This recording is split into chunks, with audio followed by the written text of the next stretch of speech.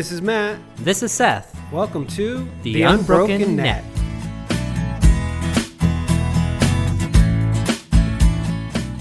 This is a podcast where we're going to share with you some ridiculous ideas. Yeah, and who cares if you believe what we believe?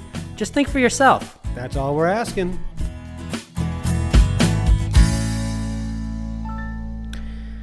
Hello, and welcome to this episode of The Unbroken Net. We're going to be finishing off the chapter 4 of James, and that's going to be verse 13 to the end, which is verse 16. So 17. Oh, I almost missed the last verse there. Okay, so Matt, do you mind reading through that? Absolutely. Come now, you who say, today or tomorrow we will go into such and such a town and spend a year there and trade and make profit. Yet you do not know what tomorrow will bring. What is your life? For you are a mist that appears for a little while and then vanishes. Instead, you ought to say, if the Lord wills, we will live and do this or that. As it is, you boast in your arrogance. All such boasting is evil. So whoever knows the right thing to do and fails to do it, for him it is sin. He seems to be taking a different direction in this passage. Because before he was talking about, you shouldn't judge one another, and, and then just kind of talking about speaking evil or against the law and all of these things. And now he's just talking about arrogance, being boastful, boasting. So taking the first verse here, come now, you who say, today or tomorrow we will go into such and such a town and spend a year there and trade and make a profit. So I'm not sure, what is he saying when he's kind of setting up this somebody looking to go to a town and trade? I don't think it has anything to do with the specifics of what he says there. It's the concept behind it of saying, I'm going to do this with my life, and I know how my life is going to go. I'm planning out my life, and I have my plan. I have my plan to profit, and my plan to retire, and my plan to X, Y, and Z. Right. Okay. So then it's like an arrogance that you know exactly what's going to happen in your life. Not only that, but it's not living in the moment. It's planning the future, and we have no idea what tomorrow's going to bring. And that's what he says. We just don't know. And so when you try to say, I know the future almost, I know what I'm going to do. Yeah. And I don't think there's a problem with having goals, but you just got to be careful how far you take those goals. What happens when those goals fall through? Right, expecting those goals to happen, or expecting that your life is going to go exactly the way you plan. Because we all know that life throws its curveballs at you. Oh, for sure. So you never know what's going to happen, and maybe the plan that is set for you, you should is probably better than the one that you are trying to plan yourself. But it might not seem like that sometimes. No. He does say, yet you do not know what tomorrow will bring, which we just pretty much said. What is your life? For you are a mist that appears for a little time and then vanishes. And so let's start with the first question. What is your life? Like, what is it? And then he explains what you are. You're a mist. And that mist, that word could mean metaphorically like a exhalation or just a vapor. And you think about on a cold morning, you exhale and you see the moisture from your breath in the form of a vapor or a cloud. And it makes me think about, he breathed into man the breath of life. And when we think about what our life is, we're really just the exhalation of God. You know, we're just half of a breath. We're just the exhalation, and it kind of adds to who you are. Like going back to the first verse in this section, you're thinking of yourself as someone who's going to do something phenomenal, and sometimes an exhalation does something phenomenal, particularly when you're trying to resuscitate another person. And that word, it reminds me of that word prophet in verse 13. It could mean to win a soul or to win a person. And I just remember going to a place called Pastor School, and it was in a very fundamentalist church, and they would always use the word winning souls. And we could think about it from a spiritual aspect and saying, we're going to gain people for our religion. We're going to gain people to follow the truth that we hold. And it's really interesting to think about that. Like, what's the point? Is it really to make a profit?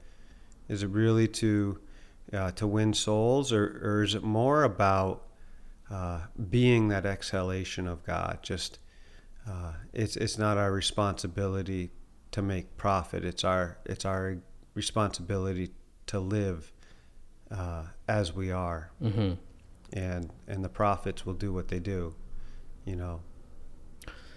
Yeah.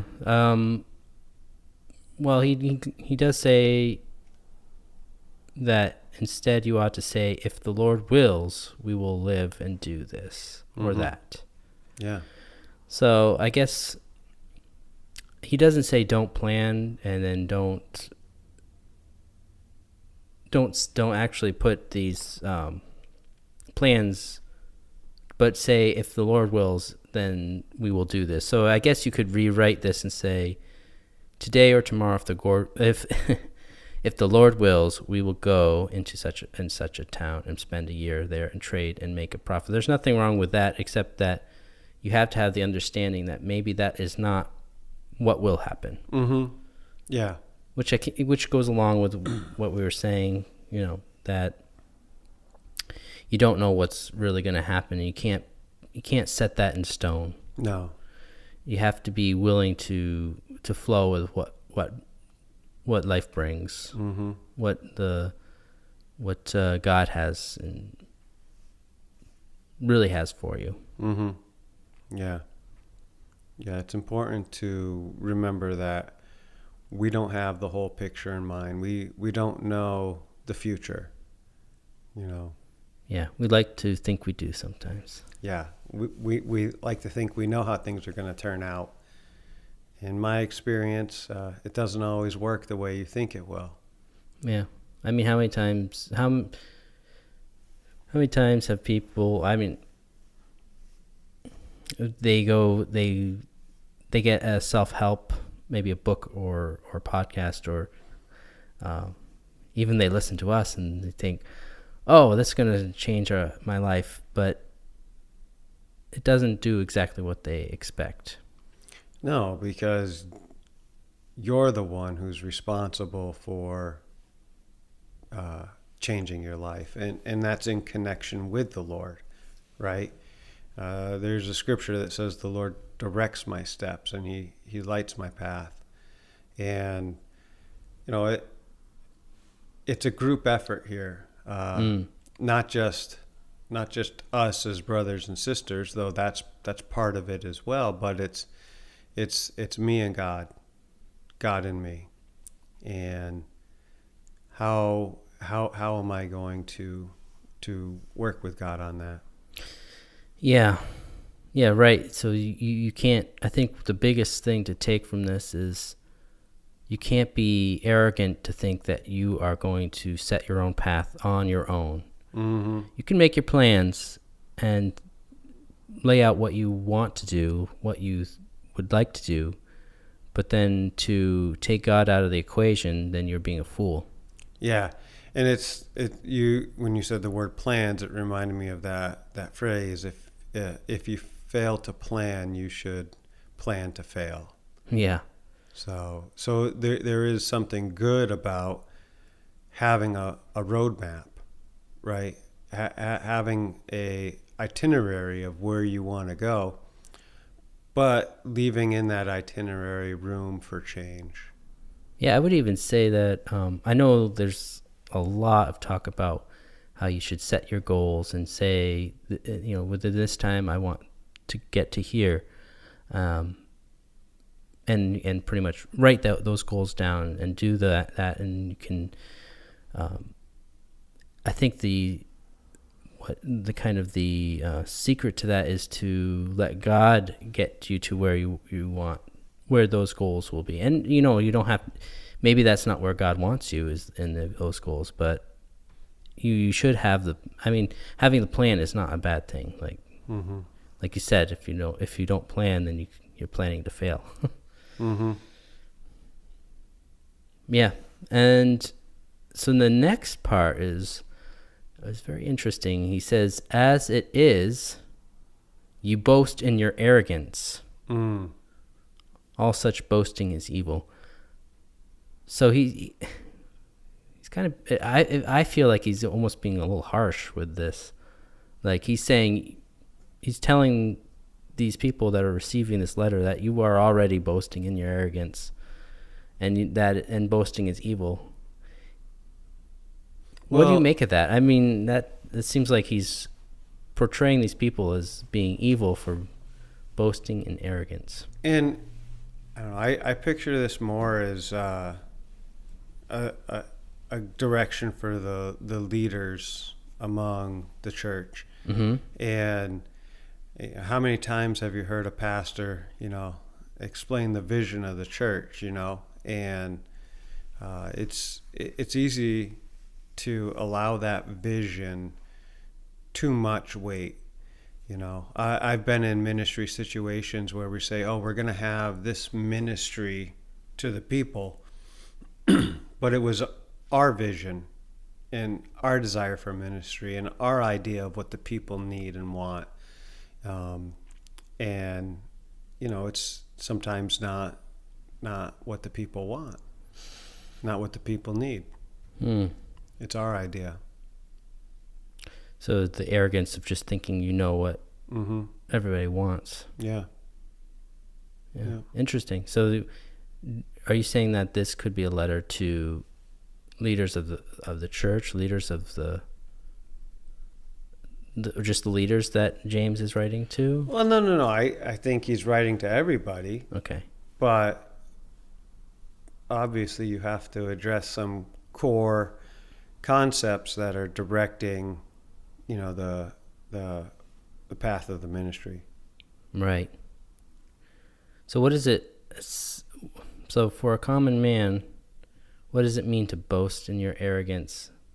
It seems like it's kind of he's saying the same thing. Like, isn't boasting like kind of arrogant in itself? Yeah, and like I'm just thinking about my own life, and when I was in my late teens, early 20s, I felt the call to be a pastor. And over time, I envisioned myself being the full-time senior pastor of a particular church that I was involved in. And that just wasn't the way it went, but that's how I kind of set my life. And even in my work life, I've never pursued a career outside of that. I've always just done jobs that were, keeping me afloat until I could be a senior pastor of a church and make my living as a pastor. Right. And today I'm in a place where I don't want an income from being a pastor. I don't want to earn money because I'm living my life the way I'm supposed to and helping others on their path. I feel like that should be a gift. And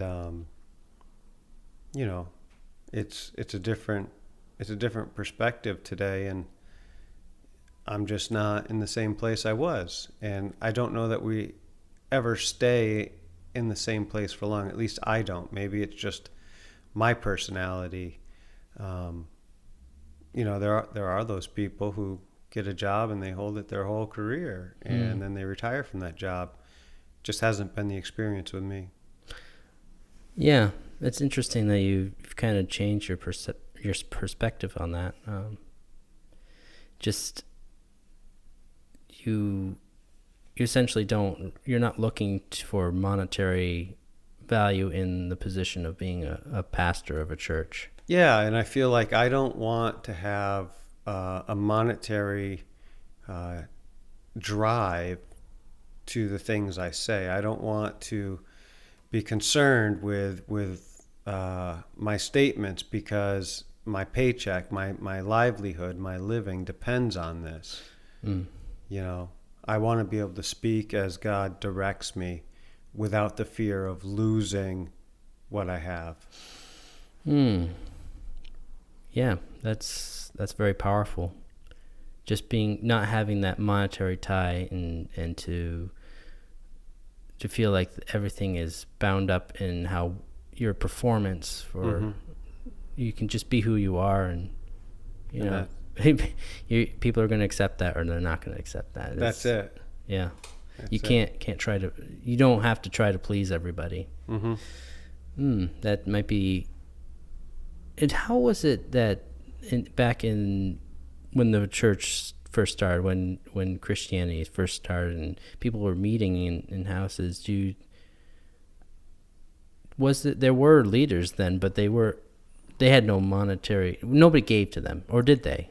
Well, Paul talks about people giving to his ministry, Right. And, that was definitely part of it. Even in Jesus's ministry, people donated to the ministry, and, they had Judas as the keeper of the purse, the keeper of the money. He was the treasurer. And so there is that, and that's an important part, like there is provision, and we can give to those who serve because we want to bless them, and I don't think there's anything wrong with that. I think the problem we get is when we expect it. Yeah. Right. Yeah. And then we're kind of dependent on that. That's it, and that makes us dependent upon keeping the people in good standing with us. Yeah, that's where it gets hard, because then, you have to keep people happy. In order to keep your paycheck coming in. Yeah, we can't just be, we can't learn to accept, well, I don't know. I was going to say we can't learn to accept people for what they believe, but I don't know if that really ties in with that. But anyways, so how do you? We kind of went off on a rabbit hole there. Or how did you tie that in with boasting and your arrogance? That was just the idea of planning out my steps. Oh, okay. Like planning out my future and planning out my life, and I just I think it's important to leave room for variables. Yes. Yep. Yeah. Because we don't know what's going to happen. Right. So the last part here, I think, is very interesting. Interesting how he puts it.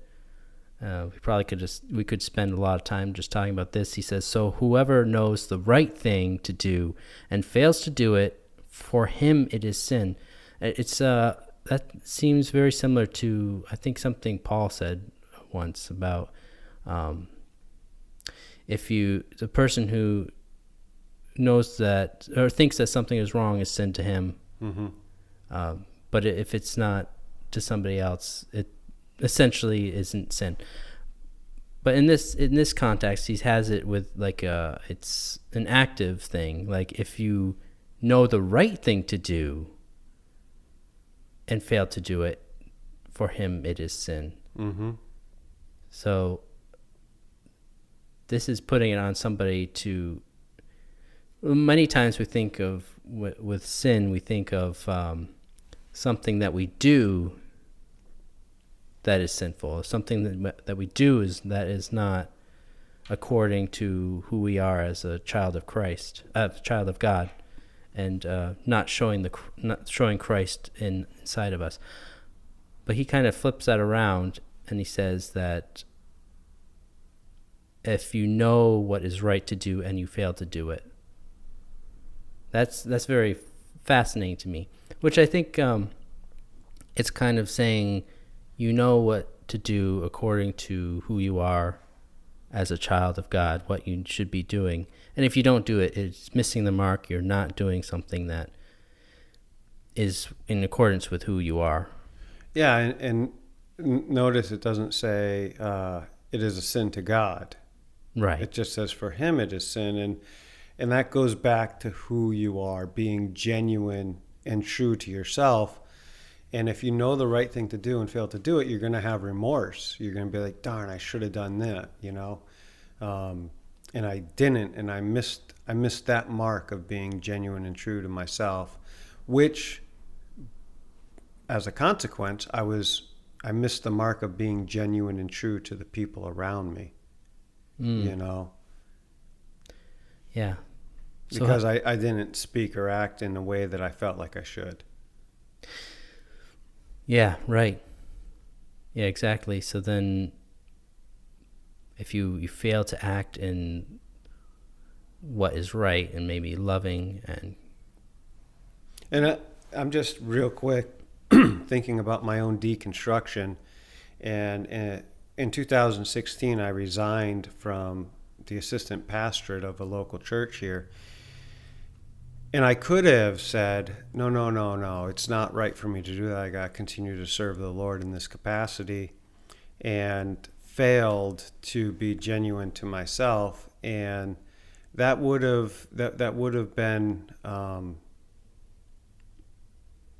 a sin to me, because I would have, in order to keep that ministry, I would have had to continue in the theological path that I was trained in. Even though that's not where I stand anymore. And it would have been sin to others too, because I wouldn't have been able to speak the truth that God was giving to me. Yeah. I would have had to bite my tongue and agree that, oh, there are people going to hell. Oh, you have to say this prayer. Where I don't think that. I would have had to uphold the scriptures as this almost a deity, where it's infallible and inerrant, and I don't think that way anymore. Yeah, you would be living a lie in a sense, because Yeah. you'd be living not in accordance to what God has spoke to you. That's right. Yeah. So the right thing for me to do at that time was to resign. And honestly, the idea of resigning came to me originally in 2014, and I approached the church about resigning, and they said, no, we think you should stay on, and we can help you. And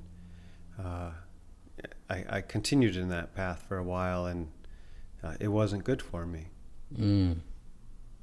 Very interesting. So I was going to ask this question, but I think you kind of answered it, and I can see where that goes. I was going to say, how does this last verse relate to everything that he said before? But you kind of gave an example of how that is. It's like, if you were to, so let's say your path was exactly, you set your path to be the pastor of a church. You set your path to be in a church like that, fundamentalist, with that goal, with those that theology you had to keep. And you set that, and if you actually kept going that way, just without saying, if God wills, let that be done, you just kept going on that, even though there was this dissonance, this, it was going against what God was actually teaching you and telling you, and you felt that it was not right, then that would have been sin to you. So that's kind of how it relates to the rest of this passage. Yeah, even planning out my life, and God has plans that we don't understand. And here I am today. I am the pastor of a church, But this church looks nothing like the church I was raised in. You know, it's very different, and it's the church that fulfills the vision that God gave me. Right. And doesn't that, I mean, you've gotten to that goal that you set for yourself, but it doesn't look anything like you set back then. Yeah, it doesn't look like the plans I had. Because God set it differently. He put he had a different path to get to that goal. Yeah. Yep. So, and I'm grateful for it. I wouldn't change a thing. Yeah. And we're happy to have you. We don't, we need somebody who just speaks what they believe and doesn't feel afraid of the people that will disagree. Yeah. I think disagreeing is good because it makes us reason, makes us think. Yeah, exactly. I'd like to, it would be great if we could all do that, come reason together and really not say that one of us is right. Like, even though your path, when you mentioned in your path that you felt a dissonance between what the theology was for your church and yourself, you're not necessarily saying I'm right and you're wrong. Maybe you feel, of course you're going to feel like what you believe is right, but you're not going to actually say to somebody else you're wrong. But you would say, come and let us talk together about it. Yeah, and the way I view it is we're all called to reach different people at different places. And that ministry reaches certain people in a certain place. And the ministry I have today reaches other people in the place that they're at. And, that's the best I can do. Yeah, and we need everybody to be able to reach different sects of people. Yeah, and most importantly, the people around us. Yeah. The best we can. Yeah, everybody and everything has its purpose in life. And to not acknowledge that for it, it's God is working in everybody. God is working everywhere, and he's working in the evangelical church, and he's working in our own church. He's working in everything, in every group of people in the world. We can't say that we own God. No. And that God is only working in us. That's kind of boastful, isn't it? Sounds very boastful, very arrogant. Yeah. Yeah. So any more thoughts? This was kind of a shorter passage this week, so. Yeah. But it was a good passage. Yeah. I agree. So any thoughts on that? No. Okay, sounds good. We talked we got all our thoughts out on this one. All right, well, we do appreciate you listening this week, and if you like this episode, please give us a like on whatever podcast platform you're listening to, and if you really liked it, share it with your friends and family, and if you want to hear us every week, go ahead and subscribe, and then we'll be able to see you next week. Take care. Bye now.